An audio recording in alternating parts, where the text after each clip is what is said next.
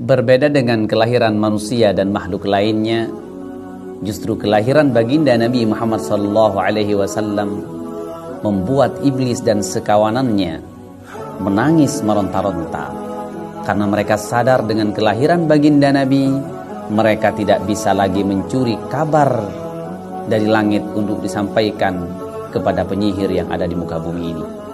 Sebelum baginda Nabi Muhammad dilahirkan, maka iblis dan sekawanannya, jin dengan sekawanannya, dengan bebas naik turun ke langit dunia untuk mengambil informasi dan berita-berita penting, kemudian disampaikan kepada penyihir yang ada di muka bumi ini, penduduk bumi. Untuk apa disampaikan kepada penyihir? Untuk memecah belah umat manusia, untuk saling menyakiti satu sama lainnya. Tapi ketika baginda Nabi Muhammad SAW dilahirkan, mereka sudah tidak lagi menembus, tidak bisa menembus lagi ke langit. Mereka tidak bisa naik ke langit. Sekali mereka mau naik, panah akan menghancurkan mereka. Kemudian dengan kejadian ini, iblis memerintahkan para jin dan sekawanannya, prajuritnya, tentaranya, untuk mencari informasi apa yang terjadi di muka bumi ini, sehingga saya dan sekawanan tidak bisa lagi mencari informasi atau mencuri informasi dari langit.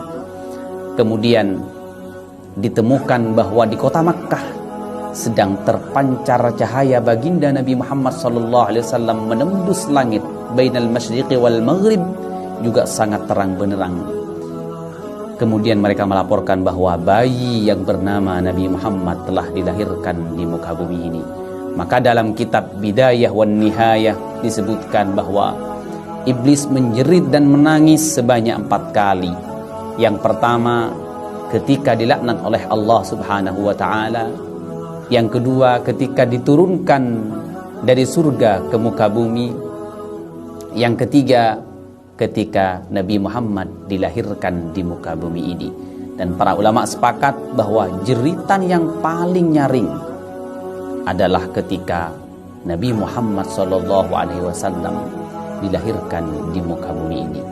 Karena mereka sadar bahwa dengan dilahirkannya Nabi Muhammad, tujuan mereka untuk menjerumuskan manusia, untuk dijadikan sebagai temannya, sangat berat sekali. Karena Nabi Muhammad adalah nurun, cahaya yang bisa membimbing umatnya ke jalan yang diridhai Allah Subhanahu wa ta'ala.